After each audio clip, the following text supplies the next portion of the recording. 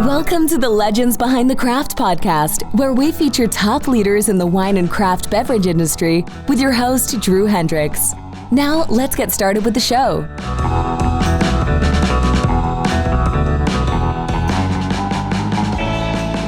Drew Hendricks here. I'm the host of the Legends Behind the Craft podcast, where I talk with leaders in the wine and craft beverage industry, from tech companies who enable wineries to run at optimum efficiency, to today's guest, Marty McDonald, author of Great Beer is Not Enough. Today's episode is sponsored by Barrels Ahead. At Barrels Ahead, we work with you to implement a one-of-a-kind content strategy, one that highlights your authenticity, tells your story, and makes your business stand out from your competitors. Marty, in short, at Barrels Ahead, we unlock your brand's story to unleash your revenue. Go to barrelsahead.com today to learn more. Now, before I introduce today's guest, I want to give a big thank you to Megan Rounds of Rounds Design. On our last show, Megan and I talked about the importance of learning the principles of design, and Megan gave some great advice to designers just entering the field. Stay true to the principles of design, but be fluid in the medium, because the digital world is always evolving.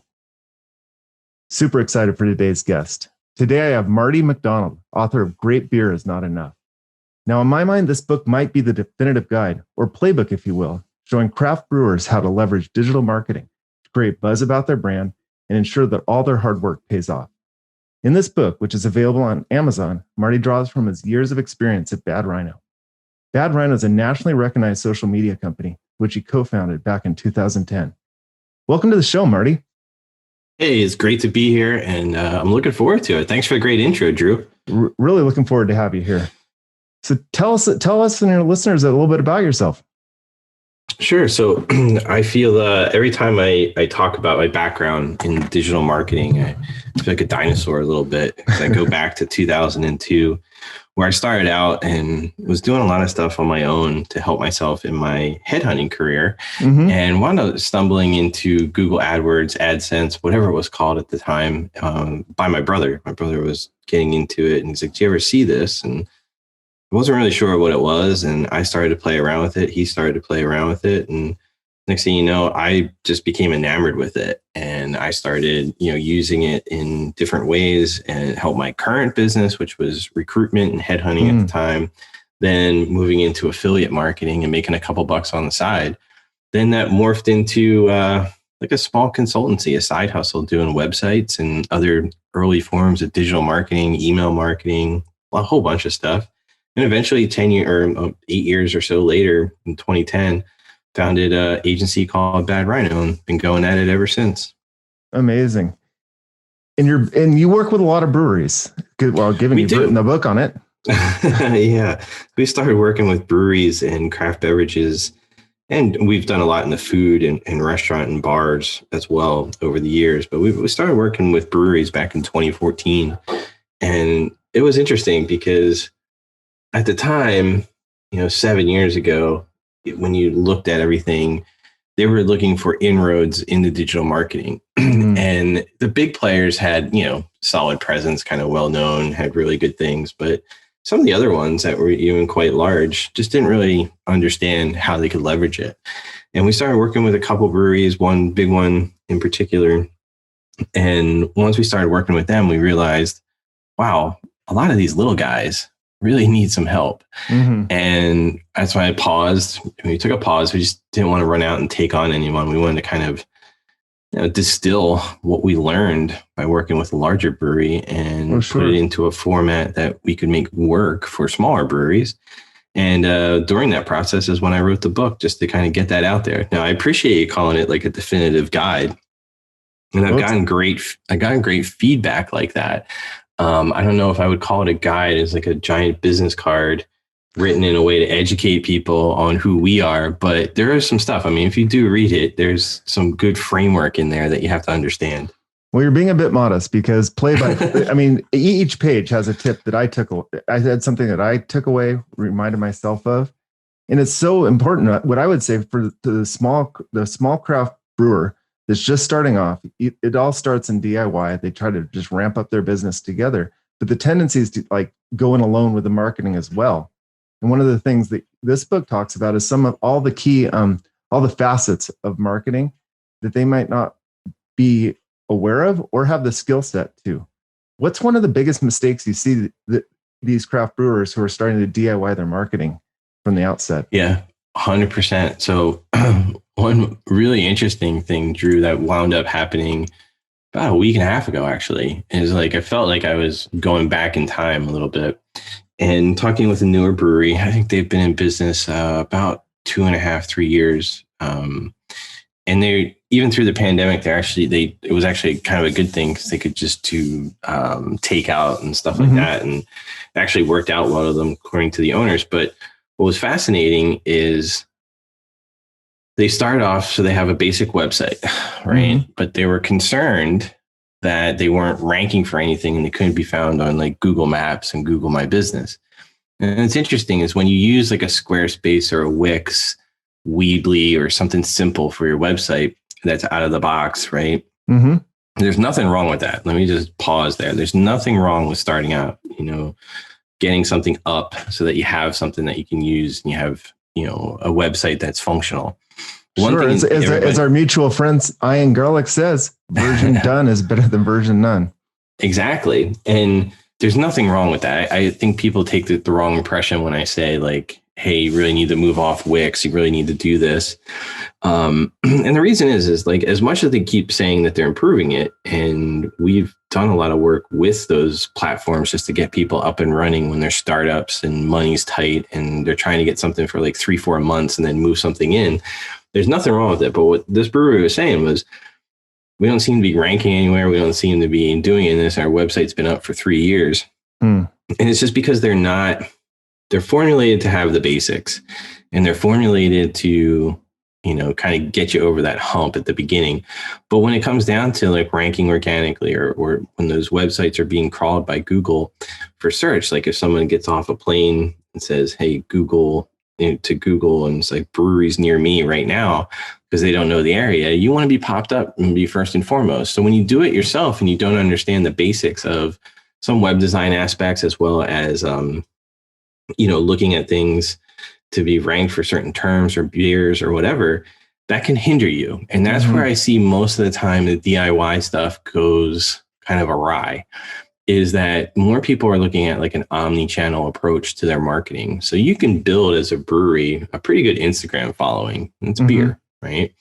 It's pretty relatively easy. You can build a pretty good Facebook page. You can build a pretty good so on and so forth. You can just rattle them off. But the challenge comes in when you get a little bit more mature and you want to be there when there's 4 other breweries that are within 10 miles of you or 15 miles of you.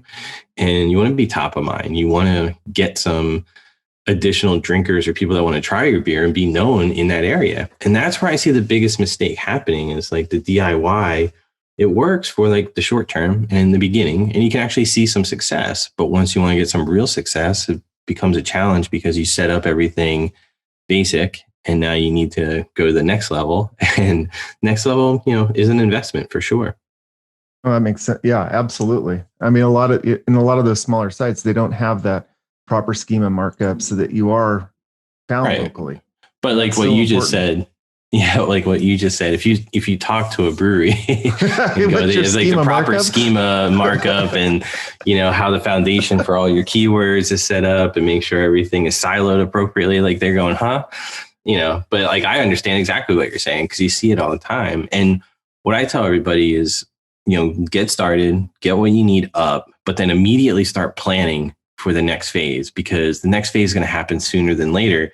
And I'll also say, 7 years ago, even 5 years ago, even 4 years ago, you could start up that way and then be good for a little while. Now there's so much other competition in craft beer and beverages that they're getting a little bit faster. And one tip I'll give everybody, if you're starting out, just run a Google Maps ad. You don't even have to spend that much money. It actually cuts through some of the noise because Google is trying to really move that platform to the top before local stuff and to help local businesses. And, a couple $100 a month into a Google Map ad could help you tremendously. Oh, absolutely. Especially if you're trying to promote to your location. Yep.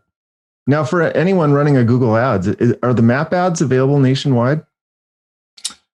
Good question. I think there's some parameters around there. I'd have to ask my GMB person and maps person 100% for that. I wouldn't know that right off the top of my head.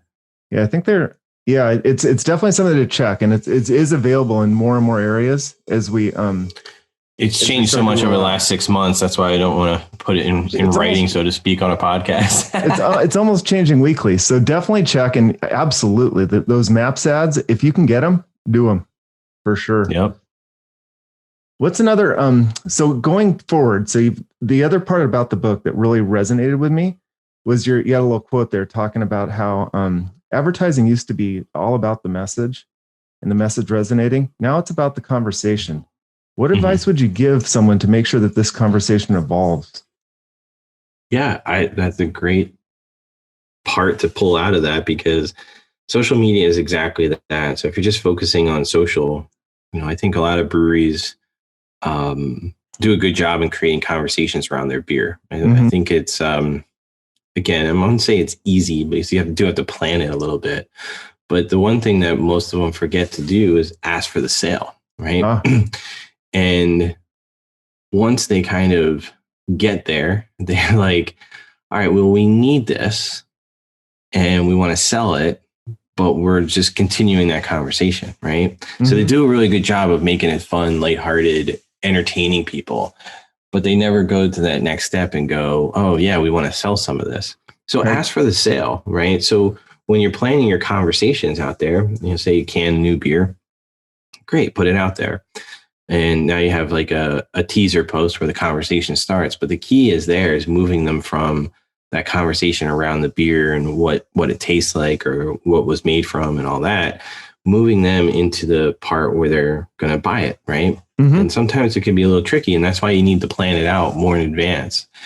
The conversation part, how you want to continue that is you continually ask questions like, oh, user-generated content's great for that for breweries. You can see somebody had posted, having a beer at the brewery, or they picked up a 4-pack, and then they posted a picture of it. And then you utilize that because they tagged you in it. But then also go, hey, Drew posted this. Thanks, Drew. Appreciate the support. Drew really likes the hops that we used in this particular one. What do you enjoy about it? Right. And get a specific question, or even better yet, on the sales aspect, going, we actually have a limited run of cans running this weekend, so get your spot and you can even pre-order it, right? That's continuing the conversation, the sales. The first example is just continuing the conversation in a specific way. Drew mentioned the hops, so we're going to continue that conversation, and then you want to keep them, you guide that conversation for the best way you can, because then you're getting the responses that you want.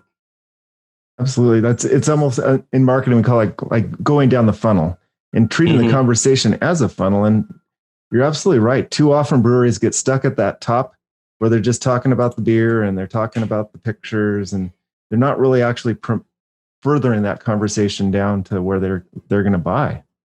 Yeah, you just want to keep, nurture is probably the right word, but it's really kind of an odd word to use in beer marketing, I'll say.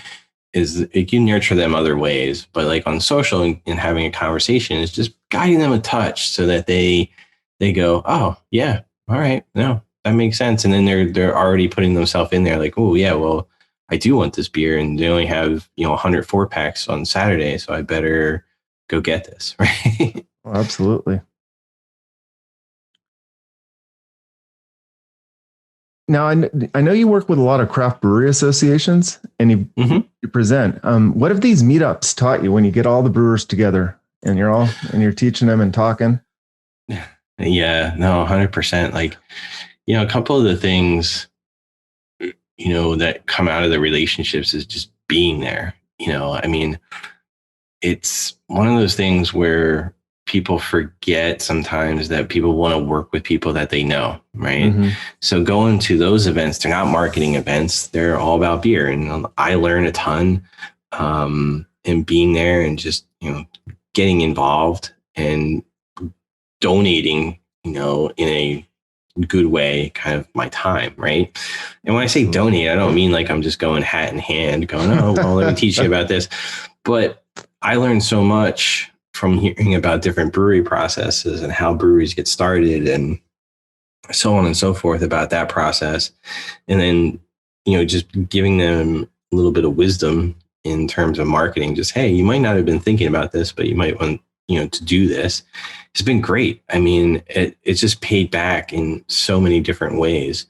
And the payback has been in referrals, other projects outside of beer, also working with breweries that are open to having the conversation, where I'm using a warm relationship rather than knocking on doors or just going, hey, have you read my book?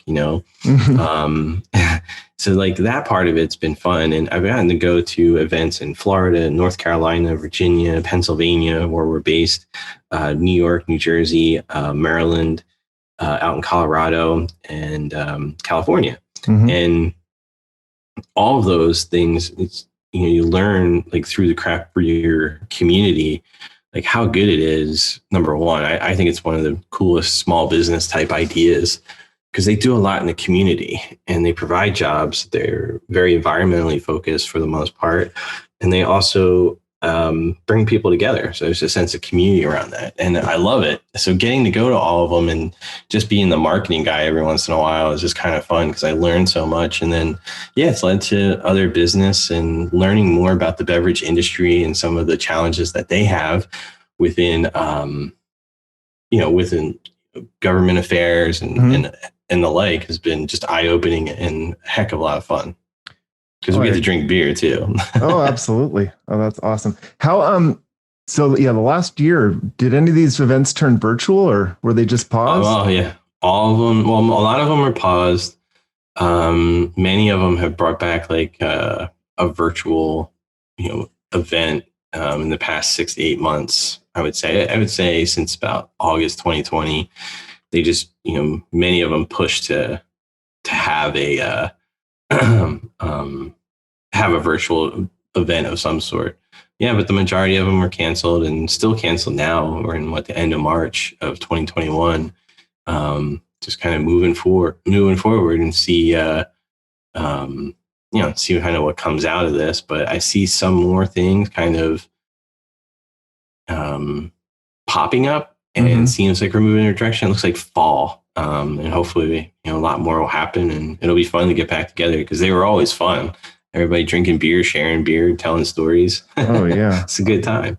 On the winery side of the landscape, which I spend more time on the winery side than the craft brew side, all the events went virtual the last three months. There was about 5 of them.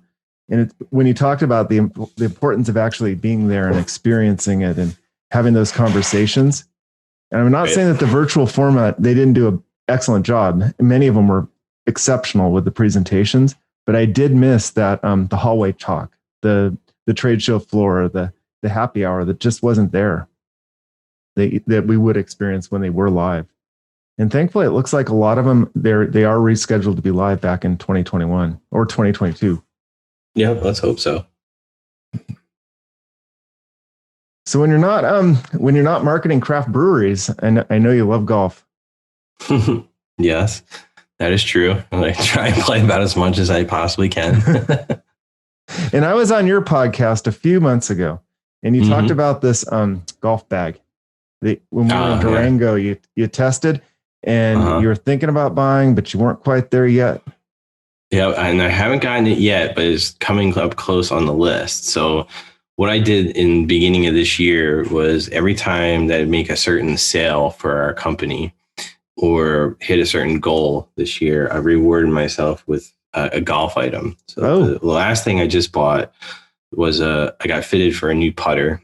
So I bought a Scotty Cameron putter, which I've been eyeing for probably like 6-7 years.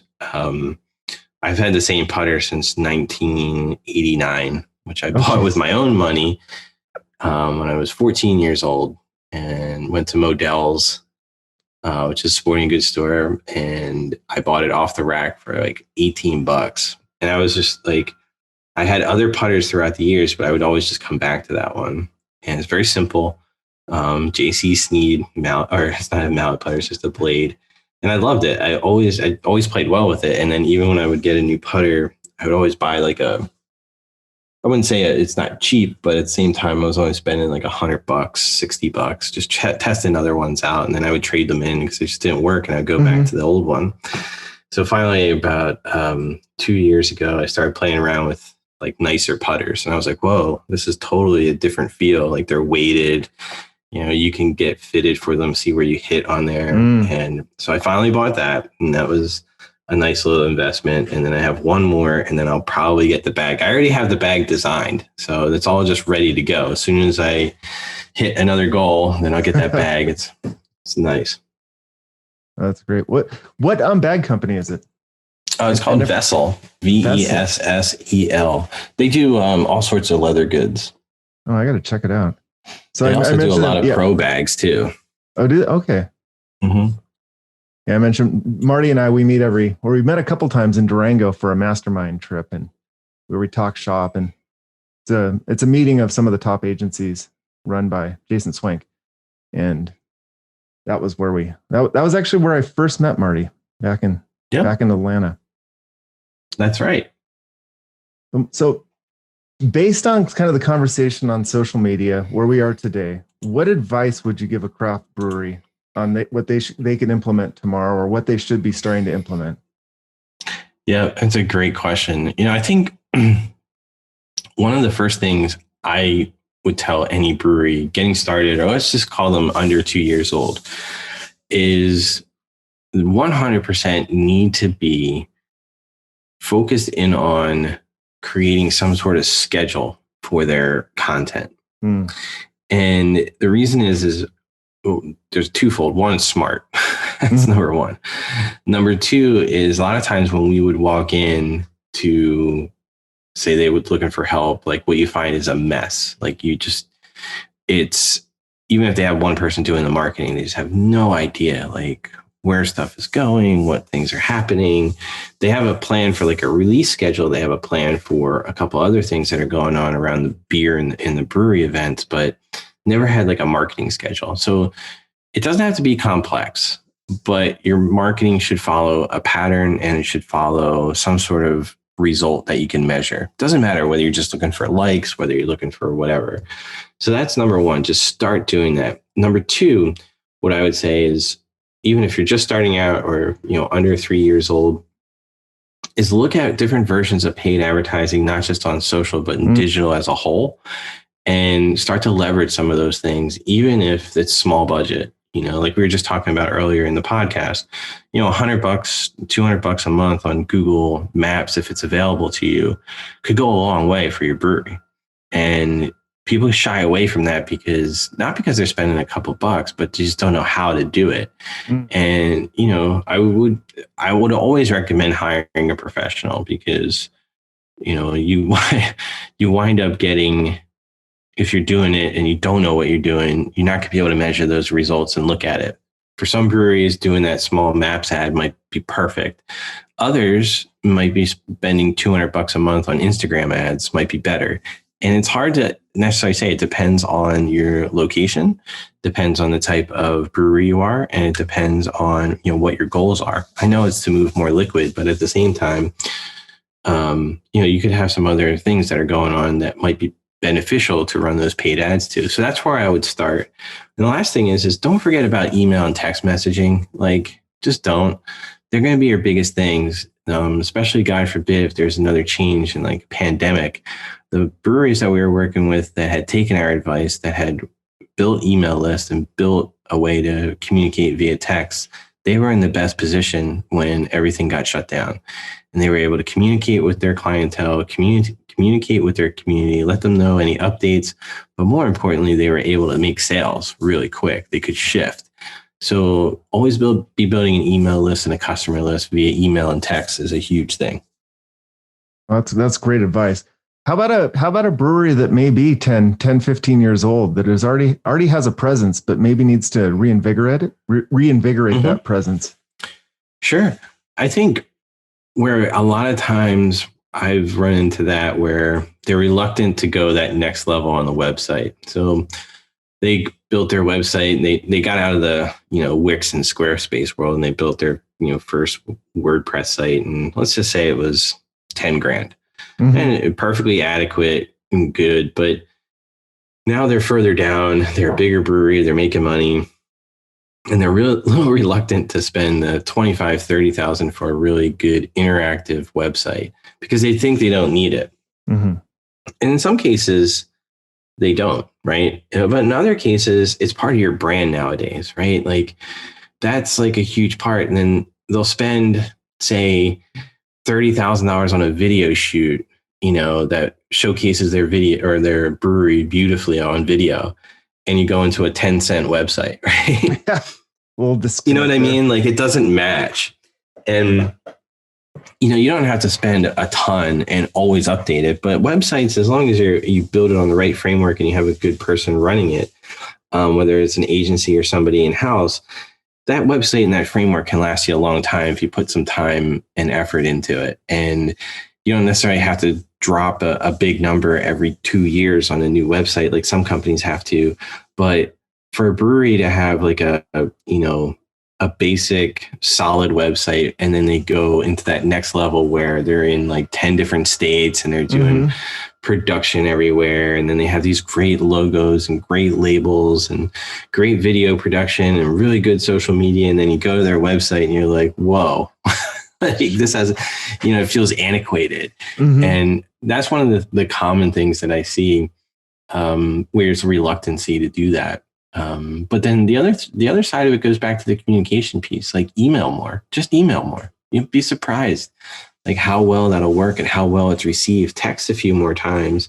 You don't have to inundate people with messages, but let them know you're there. Let them know what you're doing. People love it. They really do in craft beer. It's hard to anger somebody that's a craft beer drinker by sending them an extra email or two a month or a week. They really do want to know what's going on. And, you hit them on a Thursday afternoon, they're like, you know what, I'm going to go to the brewery on Saturday and pick up something, or at least have a pint or two and try something new. So that's excellent advice. I know I know in one of my wine clubs or one of the breweries that I follow, those emails show up in my email feed.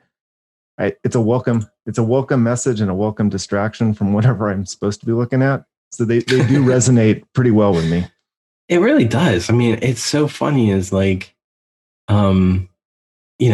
it's just odd that people are reluctant to do it. That's all I can say. It's like, like kind of shake your head a little bit. And they shouldn't be, because the tendency is you think you're sending it out. Oh, it's just another email in their box. But this may be the one email that person wanted to read today. Exactly. Like I wouldn't say that I honestly will read probably 90% of the beer emails that come through. To whatever email address I'm looking at, I will glance at them. Not just because, and it has nothing to do with being in the business of like marketing breweries. What it really has everything to do with is I'm interested in that because it's like a quote unquote hobby of mine. Like if I want to try something new, I want to see it and I want to find out when it's available or if you have new hours or whatever. So it's always fascinating that people are reluctant to do that. Oh, absolutely. So being your hobby, what's the latest beer that you've found and enjoying right now? So right now, I've been big into, and we talked about this on my podcast, was, getting away from like just the nonstop IPA train, right? Which I still love IPAs, like, but at the same time, it's like, I'm kind of burnt out on them, right? And you try and find new things. And I always liked a good lager, always liked a good Pilsner and, or stout too, like just going back to that. And right now, the one that I have been enjoying, the brewing company anyway, is called New Trail. They're in Pennsylvania, Williamsport, Pennsylvania. And they have, they have all sorts of beers, right? But they have a Pilsner that I really like. Like it's just like easy to drink. You kind of have that whole feel to it where it's like has the taste, right? It has like a great taste. Don't want to say great taste, less filling. It's not Miller Lite, right? By no means, not even close. It's way better than that. But they have it's like it's simple yet complex, like is the best way I can say it. It's a Pilsner that has a lot of different things going on, but at the end of it, it's a Pilsner and you want to have another one and another one. You can have 3 or 4 and not feel like you're super full. And they have this other lager. It's called a Loyal Sock Lager. Really good. Same kind of presence or same kind of feel. Like you have one of them and you're like, yeah, just give me another cold one of those, right? Mm-hmm. Like it's not even one of those things where you're sitting there kind of scratching your brain like, oh, well, I just had this and I just had that. And they did the same thing. I've been working through pretty much all their beers recently. I haven't gotten to their IPAs yet, but they have a hazy IPA. They have a hazy double IPA. They have this really good, I think it's called Layered. Don't hold me to that, but I think that's what it's called. And it's an Imperial Stout. So really the New Trail Brewing, there's your commercial. I don't work with them. I just drink their beer. But I really have been enjoying that. And then outside of that, I've been got this oh man, I'm gonna butcher the name, but it's from Charlotte. I'm gonna actually type it in and look at here. I think it's called Pig something. Pig Pounder Brewery in North Carolina. Really good beer. Pig Pounder. A buddy of mine just was down there. He travels for his sons, there's kids, baseball and softball. And that's his thing. Is like every place he goes to a couple breweries and then buys a couple 4-packs and then brings them back. And he was down there a couple of weeks ago and he brought me back some of these and really good. Like another good brewery that I never really had anything from. I think they won some awards. Who knows? But really? They have some great can art too. It's pigpounder.com is the site. And don't work with them either. But you should check it out. Like I like their art, the can art and everything that they have going on. But their beer is really good too. I finally have it, so I can give it a thumbs up. Awesome. Yeah, I love the trend towards the craft brewers now focusing more on the Pilsners and the lagers. Too often it was just the IPA all day. But yeah, on the West Coast here, we've got Burgeon's, which I mentioned on the podcast with you. Burgeon Brewing is one of my favorites in Carlsbad, and they just did a collaboration with Fall Brewing Company, and it technically it's a hopped pale ale, but it drinks like a Pilsner to me. There's another one recently. Now I'm a big fan of dry hop Pilsners. I have been for a long time. And I can't remember the one that got me hooked on it. It was definitely in the Northeast. I think it was in Maine. I don't think it was Maine Brewing, but I think it was somebody up there. But that was really good. And yeah, it's like anything that gets me off I love IPAs. I've been drinking IPAs longer than most people too. Mm-hmm. Like I fell in love with them when I was like 21, 22. And a buddy of mine had a couple beers. I'm like, what is this bitter stuff? And I'm like, it's pretty good though. For like when you want back then too, it was like you have 1 or 2 and you're like, okay, I'm good. But like you kind of lose focus on some of these and it's getting out of hand in my opinion. Absolutely. There's one though that I had last week that totally restored my faith in the hazy IPAs because I've been getting a little tired of that lately. Hazy, I just can't. I'm done. and this isn't. I mean, this is this is where I get anywhere. It's Stone's new 420. Drink before 42021. Hazy IPA. Super young, super fresh, and not too bitter. This is one that almost goes down almost like it's thick, but it goes down like a Pilsner. You can drink it in larger swallows. Love it. Love it for a variety of reasons. Because one, I love Stone. Still one of my favorite breweries across the board there. But yeah, and I think you're seeing like I think session IPAs are a touch too light. Mm-hmm. I still think they're good, but they're like a touch too light. And it's just trying to find that happy medium in between, like a 7% beer and like a 6% or 5%, you know. Mm-hmm. It's like, can we get something that, I mean, I'm not just saying, I obviously know the middle number is 6, but like, can we get something that has just enough taste that's a little bit more than like a session, but not in. And I think everybody's kind of working on that, to be honest. And I think they're just calling it different things because I think that's what sells. I know that's what sells. Yeah. Yeah, you can only drink so many 9% IPAs. So many, and then you're done. Yeah, they sneak up on you. Marty, thank you so much for being on the podcast. Today we've been talking to Marty McDonald. Where can people learn more about you? Sure, the easiest way is just go to badrhinoinc.com, badrhinoinc.com. Got a bunch of stuff there. Check out us on YouTube. If you Google Bad Rhino, you'll find out plenty about us. I have my own podcast, as we were talking about today, called Taps and Teas. And it's on Spotify. Just go Taps and Teas podcast. You'll find it right there. Interview a lot of marketing people over the past year due to the pandemic, but I have a whole bunch of beer and golf content coming out over the next few months that I'm excited about. And if you need anything, you can always just email us at info@badrhinoinc.com. Mention Drew's podcast in the subject line. Somebody will get back to you at some point. Maybe not right away, but we'll get back to you pretty quickly. Oh, awesome. And the book is available on Amazon. If you're a craft brewer looking to level up your marketing game, definitely check it out. Absolutely. Well, thank you, Marty. No, thank you, Drew. I appreciate it.